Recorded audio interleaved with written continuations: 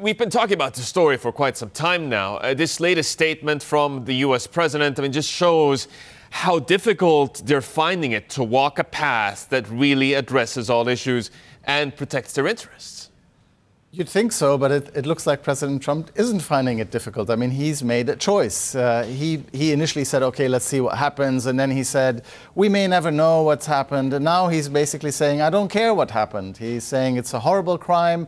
But, the relationship with Saudi Arabia goes above all. It's important to him and to his electoral base.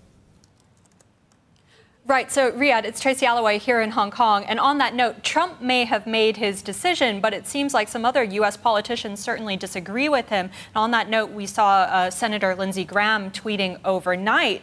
He was saying that he firmly believes there will be strong bipartisan support for serious sanctions against Saudi Arabia, including appropriate members of the royal family. That reads to me like he is still squarely focused on Mohammed bin Salman. How worried should MBS be at this juncture? That's right. I think, and Lindsey Graham is quite an interesting case, because Lindsey Graham was one of the great supporters of Mohammed bin Salman and his reforms.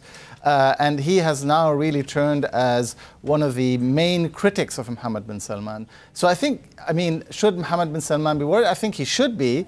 But at the same time, he's got the President of the United States firmly on his side. But things are going to get a lot harder for the Saudis as they seek to do business with the U.S. And also, it's right now, it looks like it's solely reliant on the relationship between MBS and Donald Trump. At the moment, Saudis appear to be betting quite a bit on the relationship with the United States. And it goes back a very, very long time. So it's very much the inception of the modern kingdom.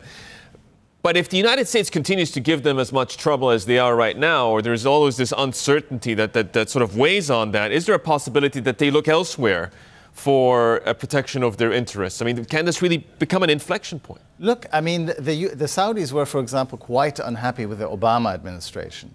And at that point, they also said that we need to have an ability to deal with issues ourselves. So, for example, the Yemen war and this anti-Iran policy started before Donald Trump. It wasn't sort of something that Donald Trump created.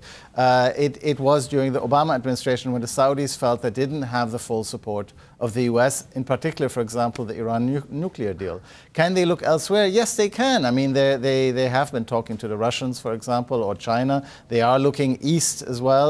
But I have to say, the relationship with the U.S. is such a key relationship. And if you look at what the Saudis have been doing in the past 2-3 years in terms of targeting the U.S., in terms of the relationship building, MBS went, for 2 weeks? He did a tour of the U.S. He visited other countries, but there he stayed 1 or 2 days. In the U.S., he stayed for 2 weeks. That just shows how important the U.S. is for them.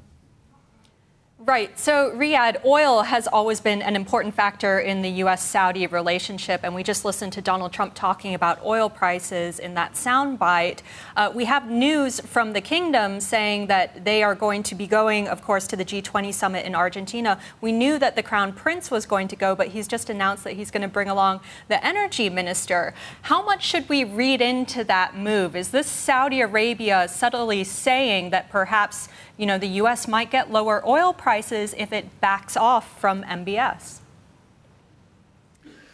Look, honestly, I don't know, Tracy, if that's what they're doing. Khalid Faleh is obviously a very senior advisor to the Crown Prince and carries a lot of weight. And the whole issue of the lower oil prices, of course, a very difficult one for the Saudis. The Saudis need U.S. support. Donald Trump has made clear that lower oil prices is one of the key reasons why he's supporting the Saudi government at this moment. So there's a lot of pressure on the Saudis to ease off on their attempt to cut production probably from the U.S., i.e. to try and stabilize prices. The king yesterday in his speech said or was it the day before, said that, stabilizing the oil market is one of the priorities, i.e. stabilizing the price. Oil prices are coming down. Trump is happy. The Saudis probably less so.